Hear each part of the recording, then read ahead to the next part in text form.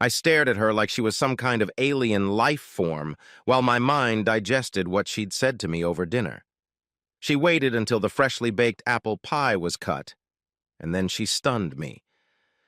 There is no easy way for me to do this, so I'll get right down to business. The kids are gone. I've been a damn good wife, mother, and homemaker for the last 24 years. I put you, the kids, and the house first and decided it was time to do something for myself. I'm 45 and I'm still reasonably attractive. I need to do it while I still have the goods. I love you, and you know it. But this is something I've wanted to do for almost 15 years now, and I've resigned myself to the fact that you won't join me and be a part of it. I hate to see 24 good years go to waste, but if you want a divorce over this, I'll just have to live with it. I have a date Friday night, so unless you want to heat up leftovers for dinner, you'll have to eat out. I just sat there looking at her until she said, "Say something, Rob." I shrugged and said, "Good luck." "Good luck? What do you mean by that?" "Good luck in your new life, and since you're no longer in mine, I don't want you in my bedroom. So get out, tonight. We can share a house until it's sold. I'll call the realtor in the morning and start the process. But I'm warning you that even though we'll be living in the same house, you'd better never bring your lovers here or I might kill you both." "Sell the house? I don't want to sell the house. I love this place." "Then you'll have to find the money to buy me out. In a divorce, the property will be divided, and that means the house will be sold. We only have 2 years left before it's paid off, and our equity is about $280,000, so you'll need to raise $140,000. You can think about where to get the money as you leave the bedroom. I suggest you start right now, as I want to go to bed early. I'm going to have a busy day tomorrow. I'll talk to a realtor, hire a lawyer, and do whatever else needs to be done." "Why are you in such a hurry to do this?" "Why not? You just ended our marriage, so I don't see the need to beat around the bush. Just get on with it and do it." "But I haven't even done it yet." "It doesn't matter. The right-in-your-face attitude you just demonstrated by telling me what you're going to do told me what you think of me. Whether you sleep with your beau on Friday or not, we're still breaking up. You'd best start moving your stuff. Anything left of your stuff in the room when I go to bed will be thrown out the bedroom window. We need to discuss this, Rob." "No, there's nothing to discuss. You're a lying bitch, and I don't want anything more to do with you." "I'm not a cheater." "Yes, you are, Amanda. You just told me you had a date for Friday night.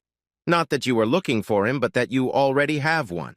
That means you were meeting and talking to another man with the intention of arranging a sexual encounter, which in my mind is the same as cheating.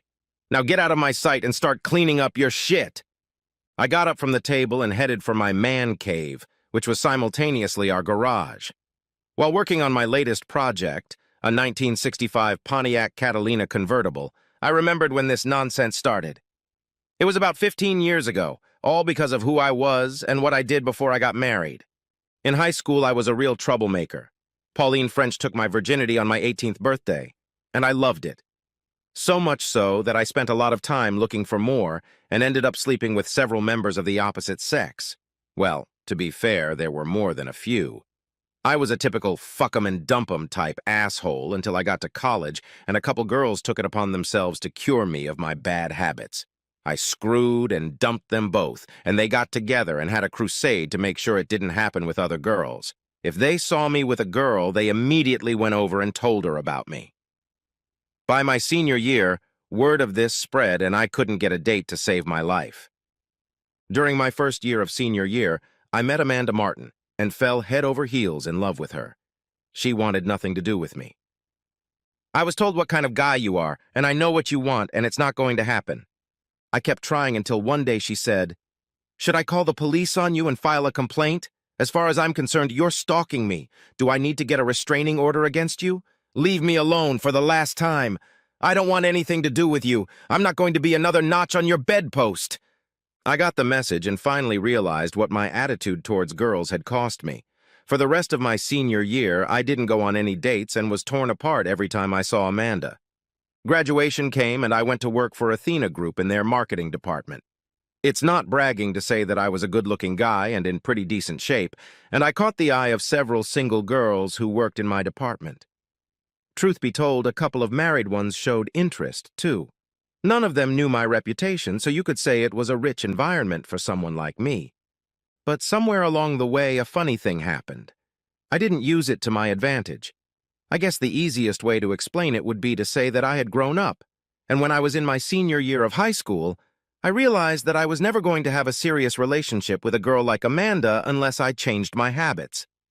God knows I really wanted that relationship with Amanda.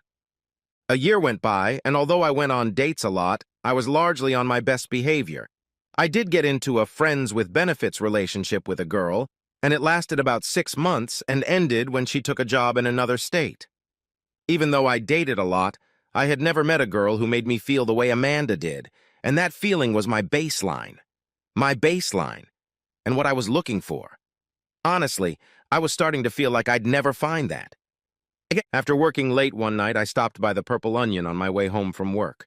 I was a regular there, and by the time I sank down on a bar stool, Susie behind the bar had already put my vodka tonic on the counter. I had been there for probably half an hour when I heard a noise behind me. I heard a woman say, "Let me go," and a man's voice said, "No way in hell you're gonna stand me up, lady. Dinner, drinks, a show, and you've been teasing me all night, so there's no way you're getting away with just saying goodnight to me. Let go of me, asshole." No way, bitch. I'm gonna get you tonight. I'm usually a guy who mind my own business, but this asshole acting like this and saying shit like this out loud and in public just pisses me off. I got up, walked over to him, and told him to get his ass out of the bar. "Who's going to make me? You?" "I bet your ass." "Fuck you," he said, and came at me. I blocked the punch and hit him hard. He staggered and I hit him twice more, grabbed him, turned him around, pinned his arm, and led him out the door into the parking lot. The door didn't have a handle. It was kind of a push bar, and I pressed his body right against the push bar to open the door. His body hit the bar at the same moment he hit his face on the door, and blood came out of his nose. I walked him straight to the dumpster and then picked him up, saying, "You go with the rest of the trash," and threw him in the dumpster as I said, "If you're smart, you're not going back to the bar." I didn't go back either because my good mood was gone. I went home to my apartment, took a shower, and went to bed. It was 3 days before I stopped by the Onion again. And, as usual, Susie had my vodka tonic on the counter as I walked over to a bar stool. She walked over to the cash register and then came back and handed me an envelope. "What's this?" I asked. "When you took that asshole out of here last time, you left your money lying on the bar counter. You tip well, but not that well, so I'm putting it in the register for you." I took the envelope and put it in my pocket without looking in it. I pulled out my wallet and tossed a 20 on the bar for a drink. Susie slipped it back to me and said, "Your money is no good here tonight." "Why not?" "The lady you saved last night told me to call her and let her know when you'd be back again. I have to buy you a drink on her tab to keep you here until she gets here." "You're kidding me." "Not in the slightest. The lady wants to thank you personally." I was finishing my third vodka tonic when Susie placed a glass of white wine in front of the stool to my right, and before I could ask her what it was for, someone sat down on the stool. I looked over and my jaw dropped as Amanda Martin smiled at me and said, "Hi, Rob. It's been a while." I was so stunned to see her that I couldn't find the words. "What's the matter, Rob? You've never been a silent man." "I'm just surprised to see you after all these years. And it could have been 3 days earlier if you'd come back after you escorted Dirk out of here last night." "Did he make a pass at you?" "He was. Unfortunately, he was another one of my many mistakes. I guess I'm incapable of picking a good man." I had no idea what I could say to that, so I let it pass and asked her how she was doing, and then about what she'd been up to since she graduated. We talked for a bit, and then I asked her if she had eaten yet, but she hadn't, so I asked if she wanted to join me for dinner. By the time dessert and coffee were served, I had a date for the next night, and that date led to many others.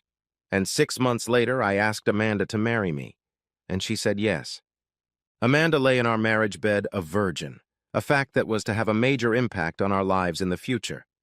A year after our wedding, Jason William joined us, and a year and a half later, Amber Marie became a member of our family. We had been married for 5 years when Amanda struck me with one of the questions that are known to strike fear into a husband's heart. "You know I love you, right?" "Of course I do." "And you know I would never do anything to hurt our marriage, right?" "Don't go around Amanda." Lay it on me. Yep. You know that I came into our marriage a virgin, right?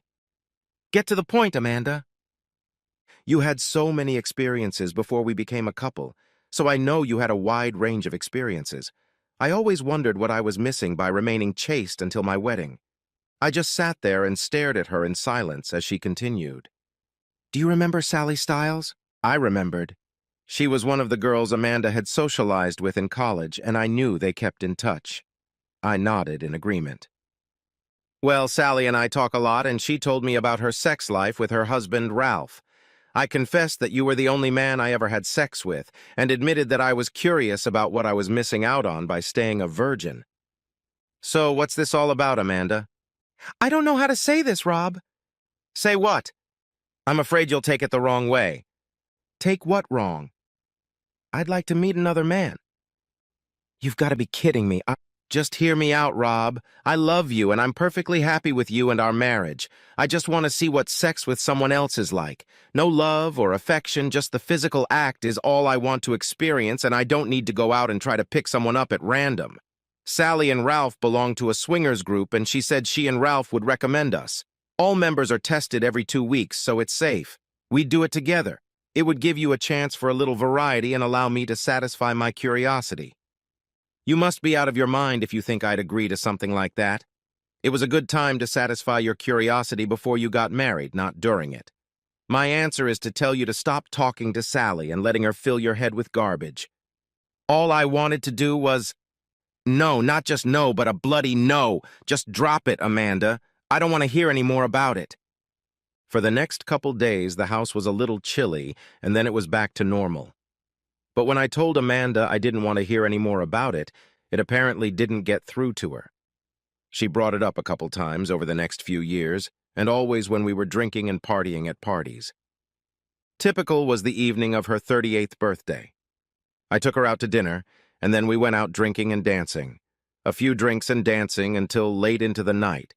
And when I felt in love and started fondling her on the dance floor, she pointed to a couple and said, "She is certainly sexy.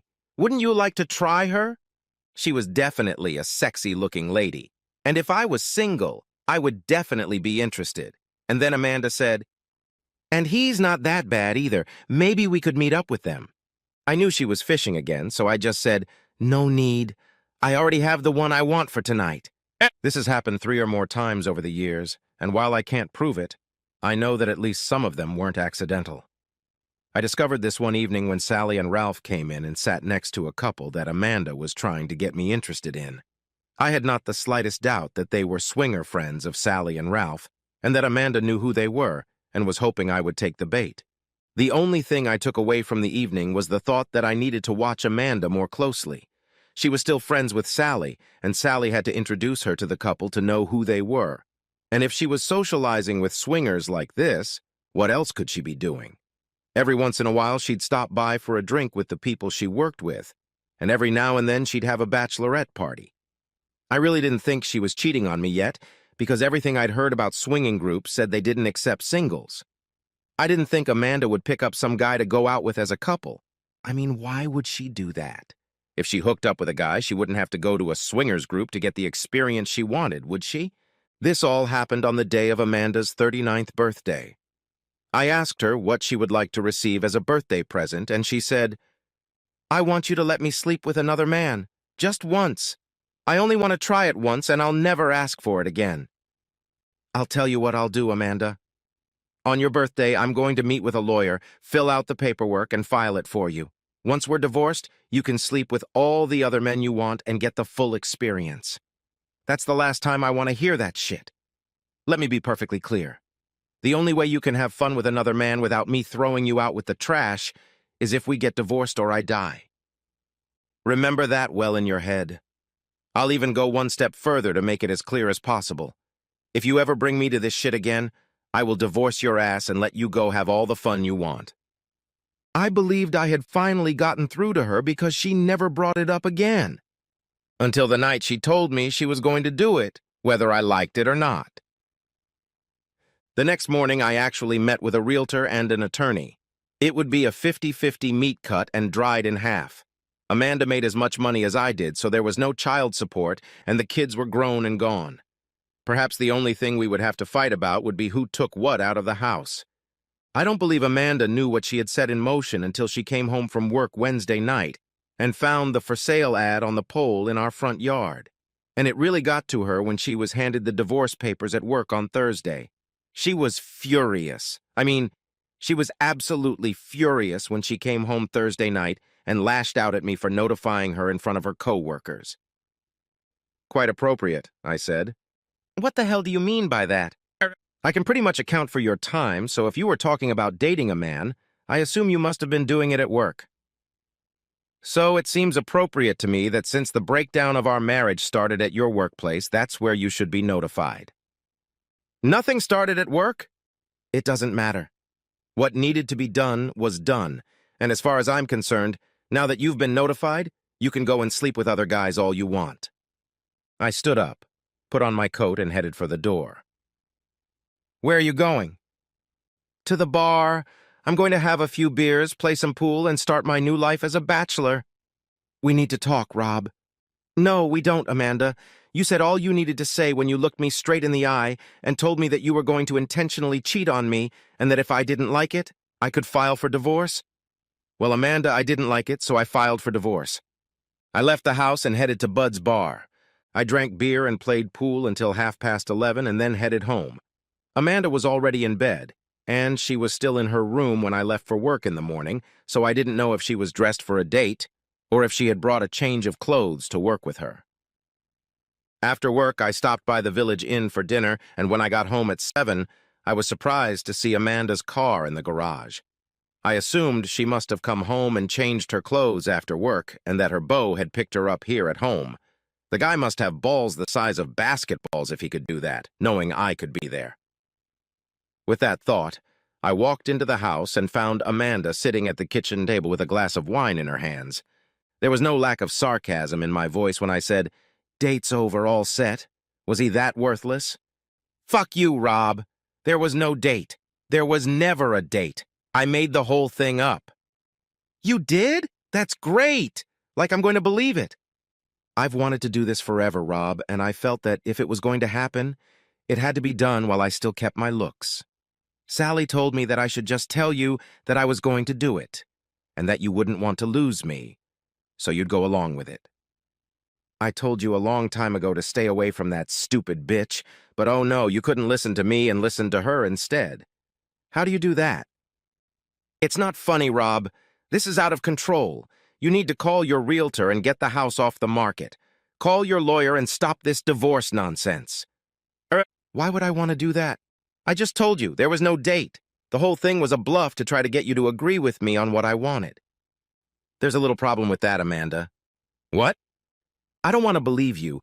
My guess is that you didn't expect me to take a hard stance, and when I did, it shocked you, and now you're trying to minimize the damage. You probably called your beau and excused yourself, and now you're trying to save your marriage. I'm not buying it. You might as well call your beau back and tell him it's okay after all.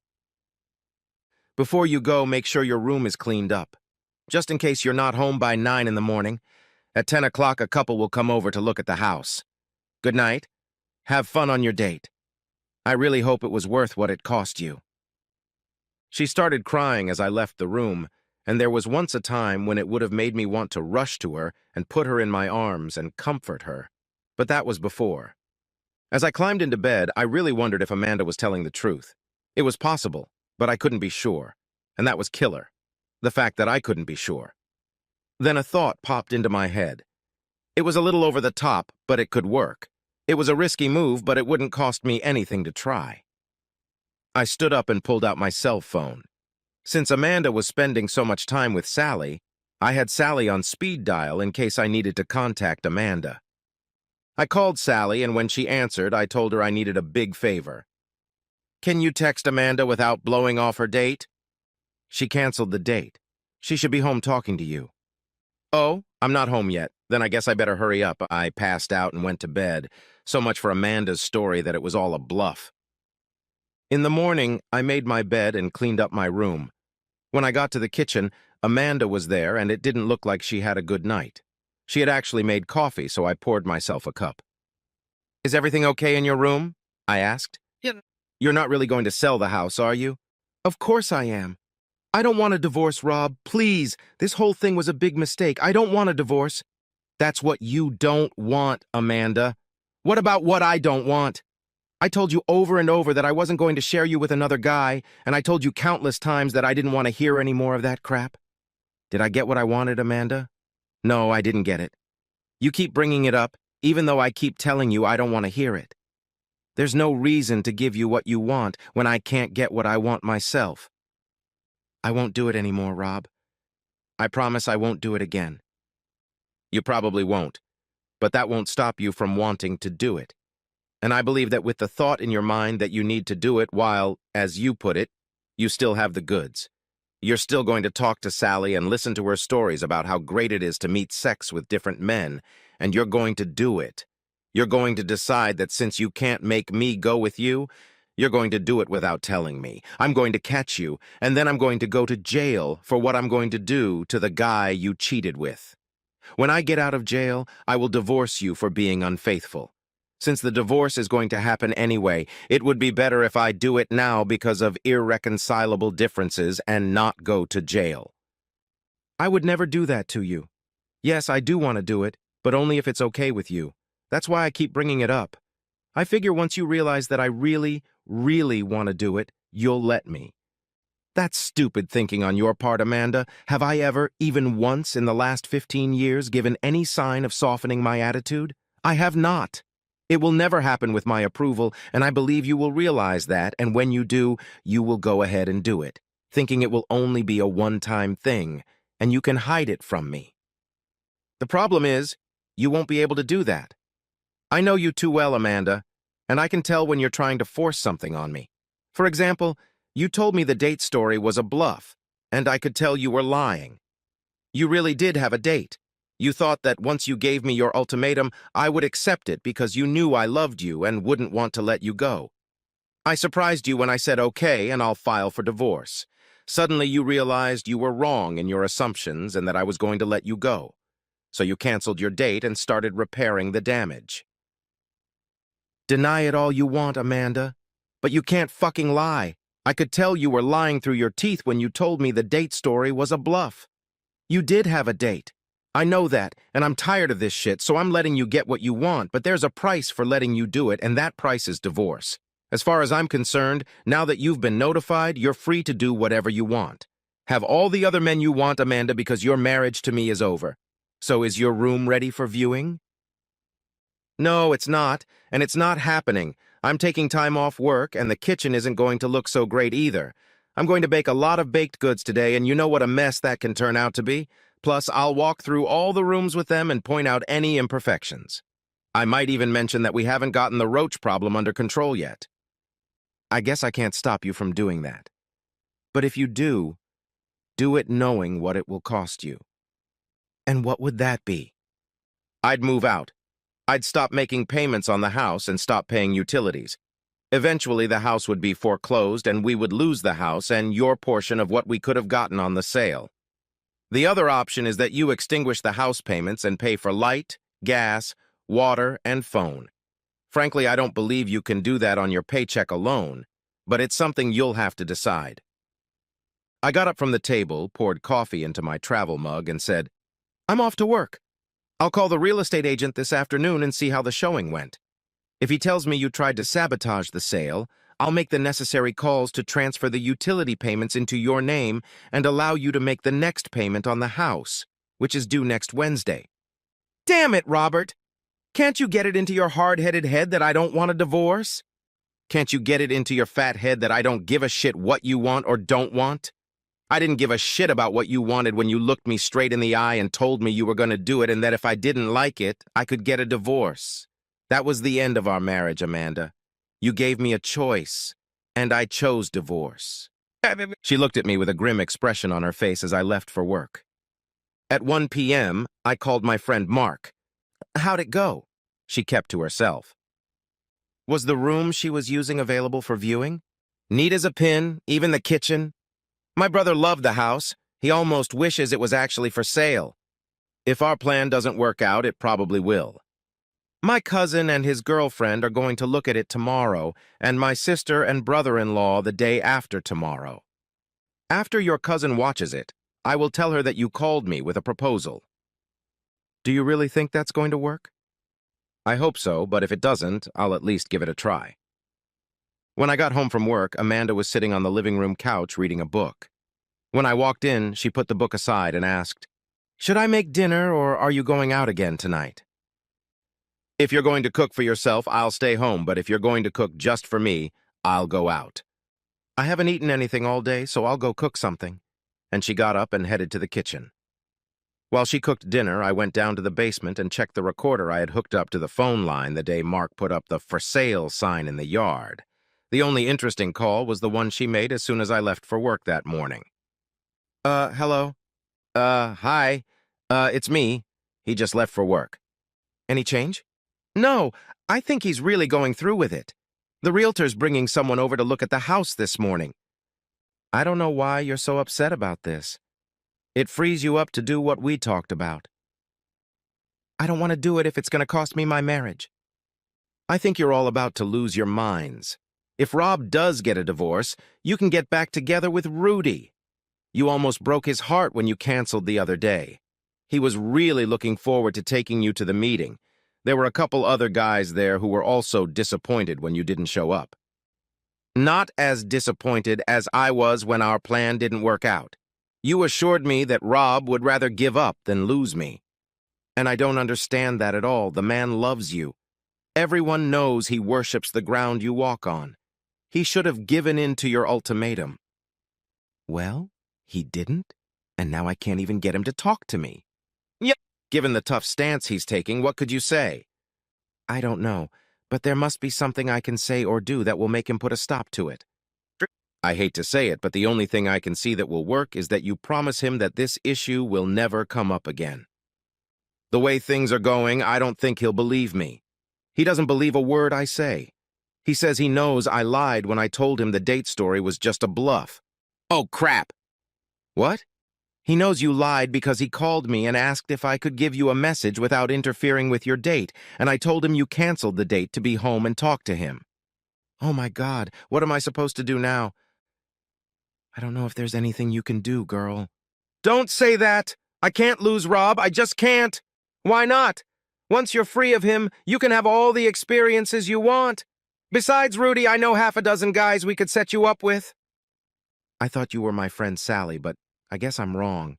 It seems your only interest in me is that you have someone you can set up your single friends with who want to join your swinging group. It's not going to be me, Sally. Not ever. Not without Rob's consent, and I've finally come to terms with the fact that it's just not going to happen. He would never agree to it. Goodbye, Sally." I rewound the recorder and went back upstairs. I watched the evening news until Amanda called me in for dinner. We ate in silence, and it wasn't until Amanda got up to start cleaning up that she spoke. "I don't want a divorce, Rob. What do I have to do to get you to give up the divorce and take the house off the market?" "It doesn't matter, Amanda, because you can't do that." "How do you know that?" "Because you've had 15 years to do it, and you couldn't do it. There's no reason to believe you can do it now." "What? Put an end to this other man nonsense. The problem we face now is that you might have promised me you would do it, but I don't trust your word anymore. I can't help but trust that even if you promise to back out, and a situation arises that leads you to believe you can do it and get away with it, you will go ahead and do it. I'll always remember you saying that you should have done it while you were still keeping your looks. And then there's the fact that you already lied to me about the date." "No, Amanda, I just can't imagine that happening." "You might want to start looking for a place to live. I was talking to a real estate agent this afternoon, and the couple looking at the house seemed to really like it. He thinks they're going to make an offer." "It's just so unfair. I don't want to lose this place." "You don't have to lose it. You can always buy me out and keep the house, and how is that unfair? You're getting what you said you always wanted. Now you have the freedom to meet another man or men. You should be happy." I got up and left the table. When I got back to the house, after spending a couple hours in the Pontiac, Amanda was in her room, so I went down to the basement and checked the recorder. There was nothing interesting on it, so I rewound it and went to bed. I set my alarm for 5 and then passed out. I was up and out of the house before Amanda even left her room and stopped at the cafe for breakfast. I had had an extremely busy day and didn't have much free time to think about the situation with Amanda. That evening, I decided to have dinner somewhere out of the house, and after eating, I stopped by Bud's bar for a couple beers and a game of pool. I left at about 10:45, and when I got home, the lights were out and Amanda's car was in the garage, so I assumed she had gone to bed. I checked the recorder and found only one interesting call. Cell phone rings. Hello? Evening, girlfriend. What do you want, Sally? To get your good reputation back. How? Is there another single guy who needs someone to get him into your swinging group? Don't be like that, girlfriend. We were friends long before I met Ralph and was involved in this scene, and let's not forget that you're the one who's always prying me for more information about what Ralph and I do. Chuckles. Okay, you made your point. The reason I'm calling is to see if you can have lunch with me tomorrow. I think I have a way for you to get Rob to drop the divorce. What is it? I'll tell you over lunch. I'm still working out the finer points of it. Sarducci's at noon okay with you? I can be there. Don't panic if I get there first, and when you get there, you'll see me sitting with a guy. I'm not trying to set you up with anyone, but if my plan comes to fruition, we're going to need him. Gotta run. I'll see you at noon. I fell asleep trying to make sense of the fact that Sally was trying to help Amanda save her marriage. Sally doesn't even like me, and never has. Of course, the fact that the feeling was mutual might have had something to do with it. I was up and out of the house in the morning before Amanda got up, and I had plenty of free time during the day to ponder Sally and Amanda's lunch date. Did Sally really have an idea that would help Amanda, or was lunch just a ploy to try to get Amanda into the swinging scene? I decided to go straight home and not eat lunch at a restaurant somewhere or stop in for a beer after work. No sooner had I made that decision than I got a call from Amanda asking if I would be home for dinner, or if I would be late again. I told her I would be home around my usual time. When I got home, dinner was ready and Amanda had set it on the table. Conversation was minimal and pretty much boiled down to, please pass the mashed potatoes, or would you like some more green beans? After we ate, but before we cleared the table, Amanda slid an envelope across the table to me. When I reached for it, Amanda said, I got a call from Sally last night, and she told me that she had an idea about how I could possibly save our marriage. I met her for lunch, and she had a man from her swing group with her, but he was there as a paralegal and notary. Sally explained her idea, and I agreed with her, and Abe, the paralegal, left us and came back 20 minutes later with the document you are holding in your hands. I signed it, and he notarized my signature. All you have to do is read it and then sign where it says, I accept this agreement. What if I don't accept it? Why wouldn't you? It gives you everything you said you wanted, and then some. I opened the envelope, pulled out the document, and read it. It was essentially a legally enforceable post-nuptial agreement that stated that if Amanda violated any of the provisions of the document and it resulted in a divorce, she would leave the marriage leaving nothing but her personal property. The two main provisions were infidelity and any attempt on her part to get me to join her in sexual relations with others. I took a pen out of my shirt pocket and signed on the line that read, I accept this agreement. Amanda then said, there is one thing that is supposed to happen that the document doesn't mention. What is that? I asked. It doesn't take effect until we make love, and she started unbuttoning her blouse.